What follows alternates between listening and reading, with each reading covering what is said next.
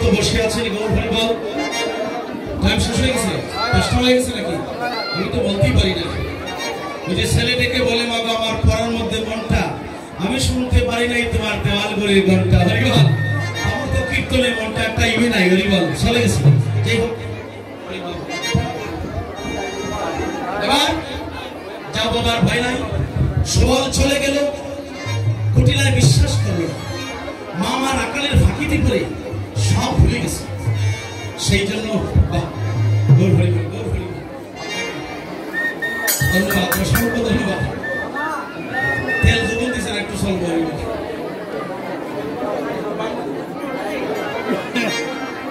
গৌর হরিবাল তো কি হচ্ছে কুটিলা বলছে মা আকালের ফাঁকিতে পড়ে সব ভুলে গেছে আমার বিশ্বাস হয় না এই যে কি সদর করে বসে বাবা সময় তো চলে গেল কালকে প্রভাত হলে এই যজ্ঞ সমাধি হয়ে যাবে আর আমি যদি থাকি গোবিন্দ আমাকে রাখে বুড়া বাবা তাহলে কাল 10টায় আবার দেখা হবে কলঙ্ক গোছানো রাতে আরো কীর্তনী আসে তার অভিশাপ করবে বিদু ছন্দ কথা কবে ছন্দে ছন্দে কেউ কবে না মন্দ হরিবল অভিসারে আসতেছে তারপরে উত্তরাগোষ্ঠ নামযজ্ঞ আর কালকে কলঙ্ক গোছনে আমি একটাই দায়িত্ব যে কৃষ্ণ নাম নিলে কেন মানুষের কলঙ্ক হয় সেটা কি সত্যি না শুধু মুখের ভাষায় হয় ওটা কাল প্রমাণ হবে 10টা থেকে সকাল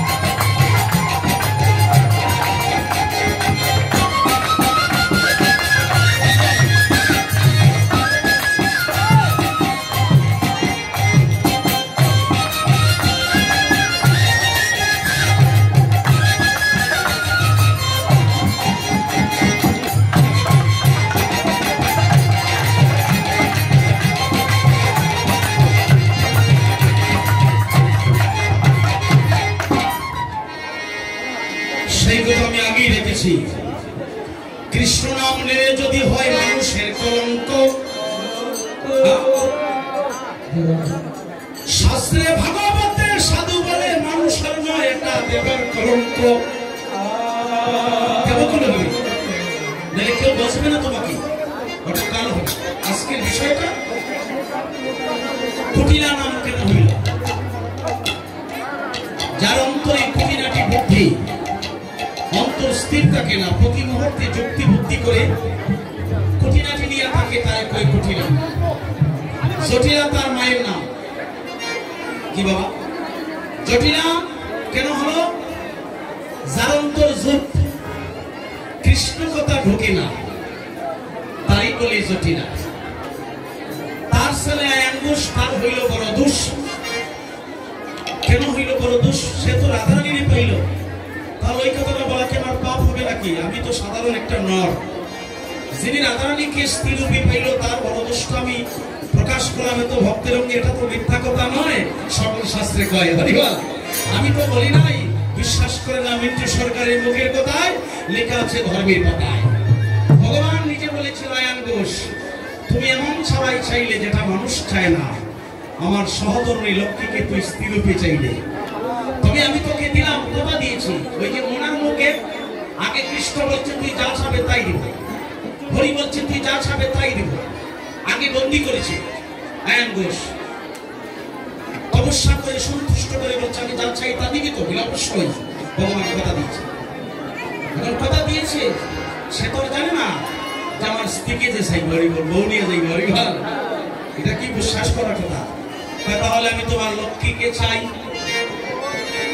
যদি আমি পাই আমার জীবনে আর কিছু না চাই আয়ান ঘোষ ওইটাই তোর বড় দোষ এমন চাওয়া চাইলে আমার স্ত্রী নিয়ে গেলে আমার স্ত্রীকে তুই নিবে আমি দেব কিন্তু ওই চাওয়া তো জীবনে ভগবান তবে আমি দিলাম, কিন্তু আমি ওইটা রাখলাম তোর উদ্দেশ্য সফল হবে না গো। এই জন্য বর্ষক এইটি তার বড় দোষ।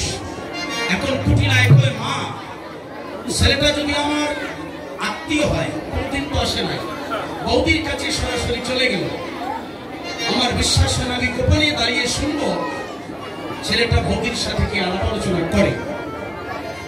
গোপনে মন্দিরের পশ্চাতে কুটিলা দাঁড়িয়ে শুনে ওই সুবল রাধার সাথে কি আলাপ আলোচনা করে, কারণ তো রাম ভক্ত। কিন্তু রাধারানী অন্তর্যামী, অন্তরে সব জানে, আর অন্তরে জানিয়া তার মনের কথা সুবলের কাছে প্রকাশ করে। এখন যারা ইংলিশ জানে না, ইংলিশে কথা বলে বুঝবো।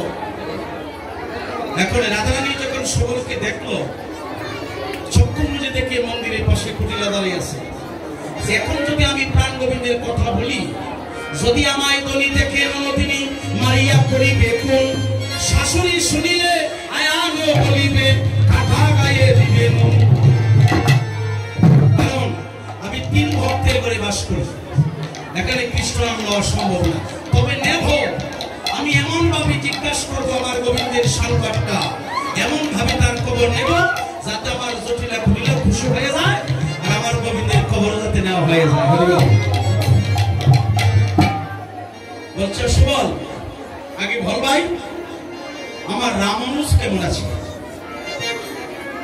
সুবল চন্দ্র ভাষাগত একটু ব্যতিক্রম, আমি বন থেকে এসেছি, রাধারানী জানে আমার সাথে কৃষ্ণ, অত কৃষ্ণ প্রেমের প্রেমিক, তাহলে ওইভাবে জিজ্ঞাসা করলো কেন? সুবল তো বুদ্ধির সাগর, বৃন্দাবন লীলার মধ্যে সর্বশ্রেষ্ঠ ভক্ত হইল সুবল। সুবলের বুদ্ধির কোনো তুলনা নাই। আর ওই সুবলের কলিতে গণিদাস কীর্তনিয়া মহান্ত বিদায় লগ্নে সকলের কথাটা বলে না, যে অনন্ত কোটি অবতারের মধ্যে, অনন্ত ৬৬ মহান্তের মধ্যে বিদায় লগ্নে মহাপ্রভু কার গলায় ধরে কেঁদেছিল? একমাত্র গণিদাস কীর্তনিয়া, ওই সুবল সকার গলায় ধরে কেঁদেছিল। এই যে গণিদাস কীর্তনিয়ার গলাতে ধরিয়া কহিলেন মহাপ্রভু কাঁদিয়া কাঁদিয়া, একমাত্র তার গলায় ধরে আর তো অনেক ভক্ত ছিল। তাই আজ সেই সুবল সকাল এত বুদ্ধির সাথে সুবল বুঝতে পেরেছে, কারণ কুটিলার জটিলা তো রাম ভক্ত, আয়ান হইল কালী ভক্ত, রাধা হইল কৃষ্ণ ভক্ত। এই জন্য সরাসরি বলতে পারে না আমার প্রাণ গোবিন্দ কেমন আছে, ইঙ্গিতে বলছে। রামানুজ শব্দের অর্থ হলো রাম বলতে জটিলা কুটিলা মনে ভাবছে রাম রামায়ণের কথা। সুবল টের পেয়ে বলছে রাম অনুজ, রাম ভালো আছে, কিন্তু অনুজ ছোট ভাই লক্ষণ তো ভালো না, তুমি তাড়াতাড়ি চলো। এই কথা শুনে কুটিলা চলে গেছে, গিয়া শাশুড়িকে বলতেছে মা, বৌদি মনে হয় রাম ভক্ত হয়ে গেছে, আজকে রামায়ণের প্রশংসা নিয়ে আলাপ আলোচনা করছি, কোনদিন ওই নাম নেয়নি। বলে কি বলছে? বলে ও বলছে রামায়ণের কুশল বলো, আর সুবল বলতেছে রাম ভালো আছে লক্ষণ ভালো না। রাম ভক্ত না হইলে কি রামায়ণের গল্প করে? আসলে এগুলা কিছু না, রামায়ণের গল্প না। রাম বলতে বলরামের কথা, আর অনুজ বলতে ছোট ভাই বোঝায়। অনুজ শব্দের অর্থ হইল ছোট ভাই। তো সুবল তো বললোই বড় ভাই ভালো আছে, অর্থাৎ বলরাম ভালো, আর বলরামের ছোট হইল কে? কৃষ্ণ। কানাই বলাই 2 ভাই না, তো বলাই হইল বড় আর কানাই হইল ছোট। তো সুবল তো বললোই যে বড় ভাই ভালো আছে, ছোট ভাই ভালো না, অর্থাৎ কৃষ্ণ ভালো না। হরিবল। তোমার লাগিয়া তোমার প্রাণ না,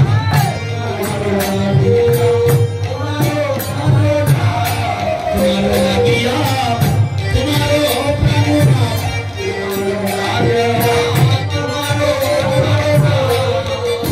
লুটিয়া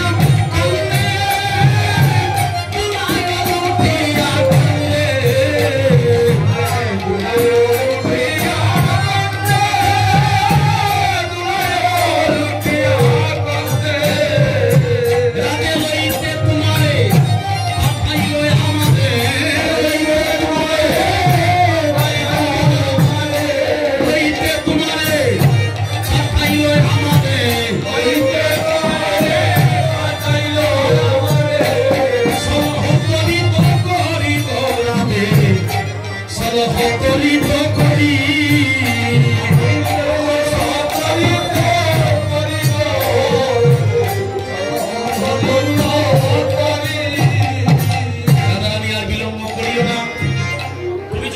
বাঁচাতে না যাও কৃষ্ণকে বাঁচাতে পারবো না। রাধারানী বলছে সুবল রে, আমি 3 ভক্তের করে থাকি। আমার শাশুড়ি নদী রাম ভক্ত, স্বামী হলো কালী ভক্ত, আমি একা কৃষ্ণ ভক্ত। আমি কোলের বধূ হইয়া দিনের বেলা কিভাবে আমি কৃষ্ণ ভজনে যাব? সুবল দেখেন বুদ্ধির সাগর যে বলেছিলাম, সুবল বলছে ভয় নাই, আমি তো আছি। আর একটা ভরসা রাখো, বুদ্ধির বলে কৃষ্ণ কর্ম করিলে বিপদের কোন আশঙ্কা থাকবে না। তুমি বুদ্ধি বলে কি বুদ্ধি করবো ভাই? বলে তোমার বেশটা আমাকে দাও, আমার বেশ তুমি নিয়ে যাও, তুমি হইবে সুবল, আর আমি রাধা হইয়া রমন সবাই বসে থাকবো। তুমি কৃষ্ণ দর্শন করবে, আর আমি সেখানে গিয়া তোমাকে আবার তোমার পোশাক দিয়ে বাড়িতে পাঠিয়ে দেবো। আমি কি যেতে পারবো? আমি তো নারী, বলে সেই ব্যবস্থা আমি করছি। শুনে ধনী প্রেম বলে রাখালের বেশ পরে যেখানে যে আবরণ লাগায়, মস্তকে বাঁধিলা চূড়া পরিবারে পিতদরা, নপুর শোভিত রাঙ্গা পায়। ফুলে কইল তারো বালা, গলায় ফুলের বালা, চন্দন চটিত করে লাগায়। হলাকা তিলক পরি রাখালো সাজিলা গৌরী। আমার এক ভক্ত কত প্রশ্ন যে আসে, কীর্তন জগত বিপদ আছে, কইব মিটু সরকারের কথা কয় বেশি। আরেকজনের কোনো ব্যাখ্যা জানে, খালি গান গায়। আরেকজনের বলবো মাঝুরি গান গায় না, খালি অন্যের কথা কয়। আরেকজনের বলবো বাউল সুরও গায়। আরে মহাপ্রভু কি কইছে এটা বুঝে না। হ্যাঁ, মহাপ্রভুকে জাতির বিচার করিস না। কলি হত জীবকে তুই যে কোনো কৌশলে ভক্তির প্রতি আন, সত্য সত্য বিচার না করিয়া যদি আমার জীবকে ভক্তি দান করতে পারিস, তাহলে তোর কীর্তন হয়ে গেল। পরিবার কে ঢোল বাজাইলো, কে খুল বাজাইলো, কে এগুলো আছে মহাপ্রভু কিবোর্ড আছে। এখন সব কীর্তনে কিবোর্ড আছে না? তাহলে কে ঢোল বাজায়, খুল বাজায়, এই সমাজে চলে। কি বিপদ! কথা বললে বিপদ, পদ গাইলে বিপদ। আবার যদি মহাজনের সিদ্ধান্তে গাবো তো কালি কি ওই গতবার যারা শুনছিলাম ওইটাই ঘটেছে, সব জায়গায় কত বিপদ। এই জন্যই বলছে সব কিছু বাদ দিয়া একনিষ্ঠ ভাবে শুধু আমার প্রতি সালেন্ডার করে করো। আচ্ছা, এবার বলছি কি, আমার কয় কি জানেন, কয় রাধারানী তুলসী বলে তিলক দেয় নাই, প্রশ্ন কি করবো? আমি বললাম তাহলে তো ওই সবর মিলন পালাটাই বাদ দিতে হয়।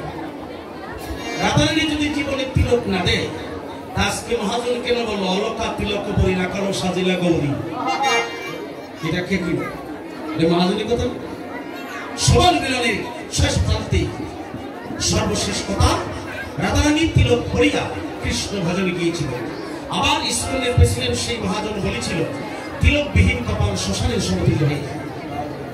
তাহলে রাধারানী দিল না কোন জায়গায়? অলকা তিলক পরি রাখাল সাজিলা গৌরী সবল হইল রাধা। 2 হাতে হেমশ্রী পরিধানে নিল শাড়ি, পরে কে সুলোচনা বাঁধিয়া। এখন সবল হইল রাধা, আর রাধা হইল সবল। এখন ব্যস্ত পুরুষের দলেছে রাধারানী, কিন্তু মূলত তো সে নারী। নারী আরেকটা পরিচয় আছে না? সবলকে ডেকে বলছি, সবল আমি ব্যস্ত পুরুষের ধরলাম, কিন্তু আমি যে মূলত নারী। আমার যুগল দুটি স্তন রয়েছে, আমার শাশুড়ির সামনে গেলে আমার স্তন দেখে চিনে বলবে আমি যে রাধা। কৃষ্ণ ভজন তো হবেই না, আমার নামে আরো কলঙ্ক রটনা করবে। সবল বলছে আমি একবার বলেছি, বুদ্ধি বলে কৃষ্ণ কর্ম করিলে বিপদের কোনো আশঙ্কা থাকবে না। বলে কি বুদ্ধি করবো? আমার এই 2টা স্তন কি করবো? বলে আমার কুলে রয়েছে যুগমায়া বৎসরূপে দীনবন্ধু দাসী বলে, সবল জানিয়া মনে রাধার কুলে দিলাম নবীন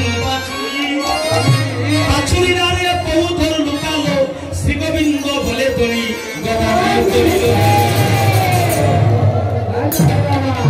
আজি সুবলের অভ্যেস মনের হরিষে লাগিল হইল।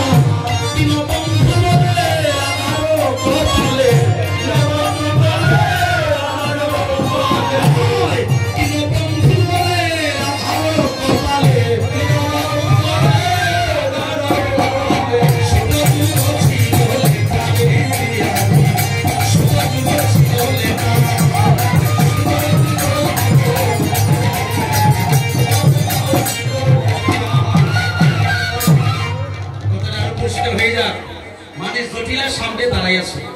এমন সময় তার পুত্রবধূ সবল বেশে বের হচ্ছে।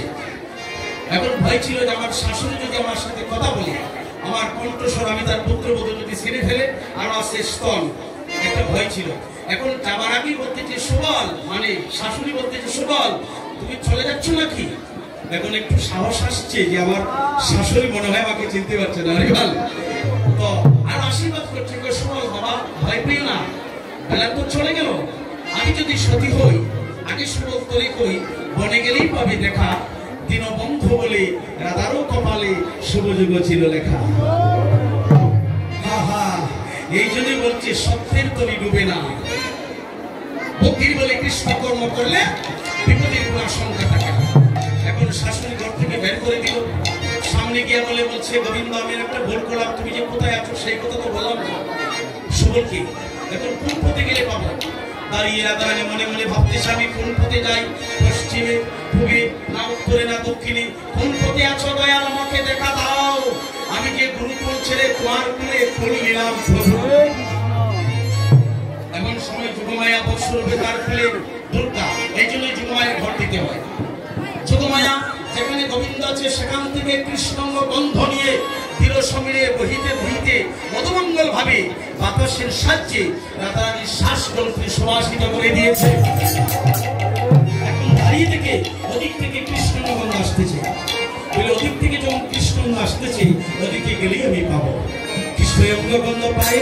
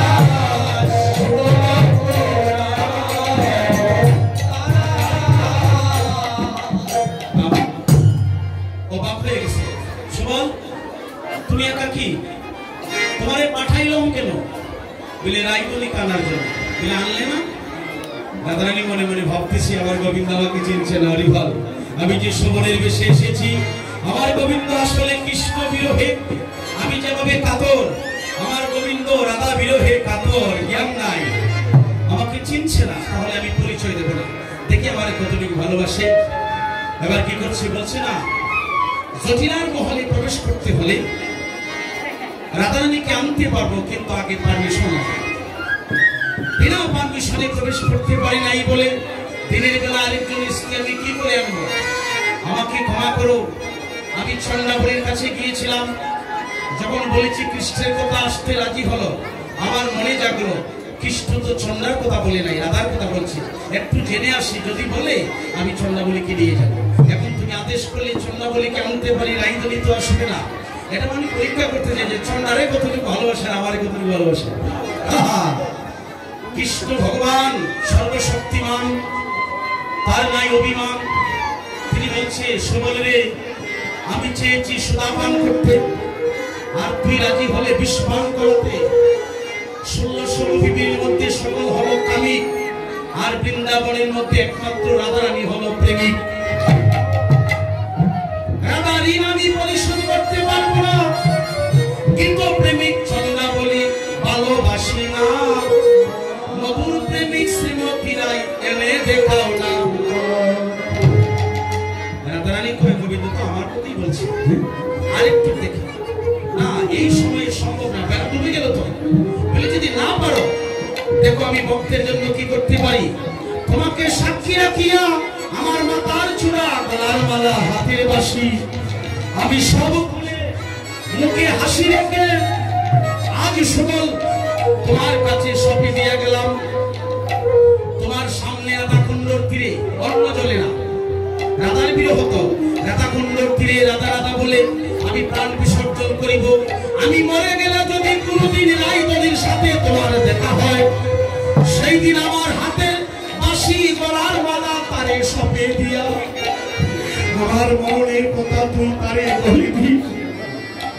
ভক্তের অধীন ভগবান ভক্তের জন্য তজিল প্রাণ। সেদিন তুই এই কথাটা বলবি। রাধারানী বৎস বলিনি, এখানে চিন্তা করছে কি করবে। আর বলি যুগমায়া এই বলে চূড়াবাসী সপে দিয়া এত বলি রাধা কুণ্ডে চলে জাম্প দিল। পাচুরিতে জিয়া রাই বন্ধু করে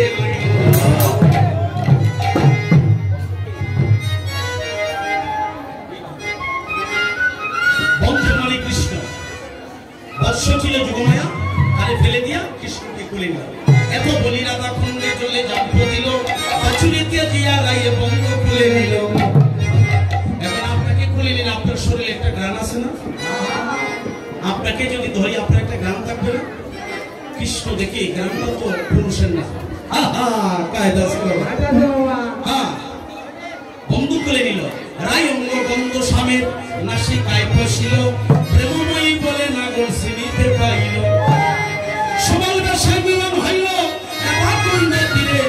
প্রেমানন্দে হরি বল যত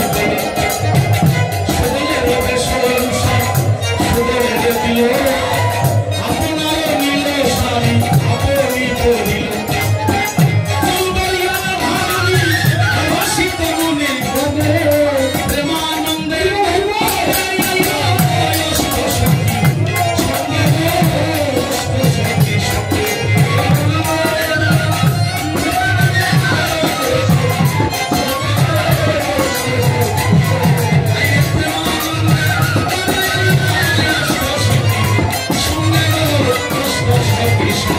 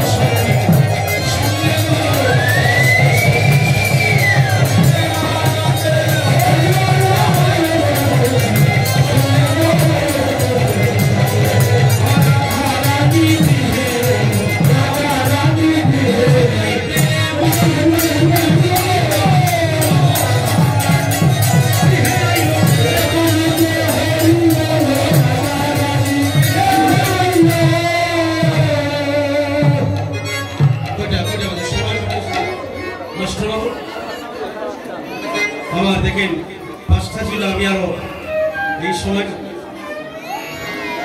সকলেই ভালো থাকুন। কাল দেখা হবে 10টায় সকালে কলঙ্ক মোচনে। আমি হয়ে গেল অতিরিক্ত। সকলে ভালো থাকুন। পরবর্তী উত্তরানুষ্ঠান সমাজ করবে ঠাকুরবাড়ি সকলে মঙ্গল হোক। জয় আদি।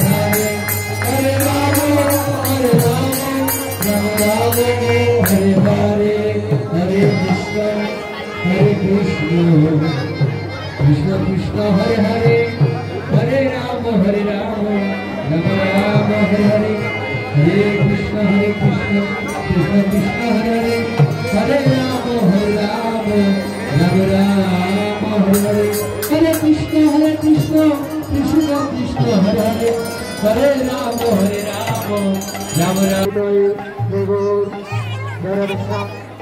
Hare